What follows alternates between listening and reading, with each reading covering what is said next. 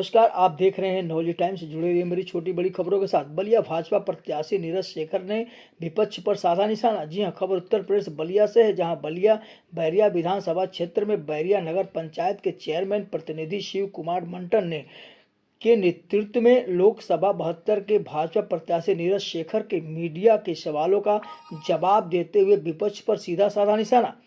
चुनावी घोषणा में विपक्ष के द्वारा राशन कार्ड धारकों को 10 किलो अनाज देने के सवाल पर नीरज शेखर ने कहा कि 55 साल उनकी सरकार रही है, तब उन्हें नहीं सोचा कि देना चाहिए। उस समय घोटालों में सरकार फंसी हुई थी, जब सरकार आएगी तो देखा जाएगा। कहा, घोषणा नहीं, धरातल पर कार्य करने से होगा। यूपी में केजरीवाल के आगमन और गठबंधन की बंद कमरे में वार्ता पर तंज कसते हुए कहा कि सब डरे हुए हैं, अभी तो ये बेल पर बाहर आए हैं, कहीं चुनाव के बाद जेल में न चले जाएं। सुनिए क्या कुछ बोले नीरज शेखर, भाजपा प्रत्याशी लोकसभा बलिया।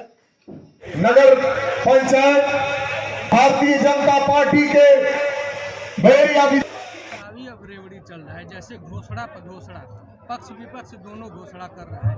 अब कांग्रेस भी कल मल्लिकार्जुन खड़गे की संयुक्त प्रेस वार्ता हुई, जिसमें ये कहा गया कि 5 किलो राशन नहीं, अब मेरी सरकार बनी, कांग्रेस गठबंधन की सरकार बनी, 10 किलो राशन दिया जाएगा।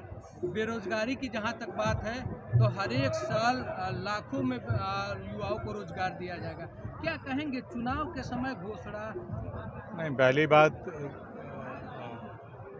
ये ऐलान करना कि 10 किलो देंगे।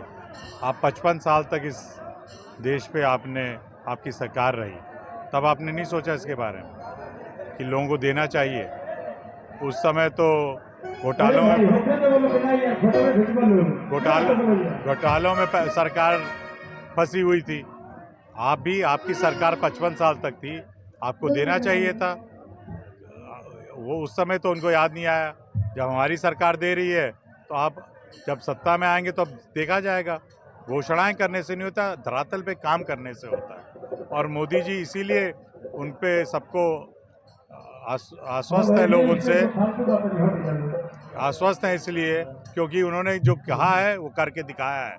इसीलिए उनको 2 बार पूर्ण बहुमत की सरकार बनाने का मौका मिला और तीसरी बार भी उनको ये देश के लोग देने जा रहे हैं। लगातार जैसे ममता दीदी भी यहाँ यूपी में आ गई है, आज अरविंद केजरीवाल भी आ गया। अरविंद केजरीवाल का सीधे कहना है कि अब विपक्ष के सारे मुख्यमंत्री अगर मोदी जी की सरकार बनी तो जेल में होंगे, सचेत हो जाइए। क्या कहना चाहिए? कौन जेल में होंगे?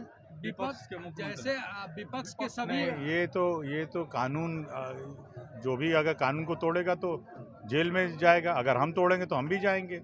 आप कानून के साथ किसी के पक्षपात थोड़ी करेगा। कानून जो है वो उस पर रहेगा। और जहाँ तक आ गए हैं उत्तर प्रदेश में लोग, मैंने तो कोई जनसभा उन लोगों की देखी हुई थी क्या? कोई जनसभा कहाँ हुई थी? आज लखनऊ में उन लोगों की वार्ता हुई है, केजरीवाल। वार्ता क्या, किसकी वार्ता हुई है?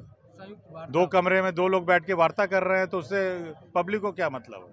कहीं कोई जनसभा हुई? चुनाव में तो जनसभा होती है। प्रधानमंत्री जी क्या कर रहे हैं? पूरे देश में घूमकर लोगों से करते हैं। वोट एक व्यक्ति को नहीं देना, पूरे सब लोगों को देना है। इस देश के सभी लोगों को देना है। तो 2 लोग बैठ के क्या बात करते हैं, उससे लोगों को क्या फर्क पड़ना है? आपका क्या लक्ष्य है? आप देश के लिए क्या करना चाहते हैं?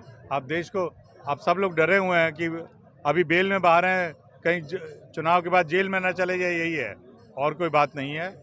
इसलिए मैं अनुरोध कर रहा हूं सभी लोगों से, हम लोग देशवासियों से ही अनुरोध कर रहे हैं। सब जगह आपने देखा, आज हमारे नेता मंटन जी ने इतना बड़ा जन सैलाब इकट्ठा हुआ, ये मोदी जी के कारण हुआ। मोदी जी का सबको समर्थन है, तो इसलिए मैं चाहता हूं कि सब लोग मोदी जी को समर्थन करें और ऐसे व्यक्ति को चुने जो देश के लिए काम करता है।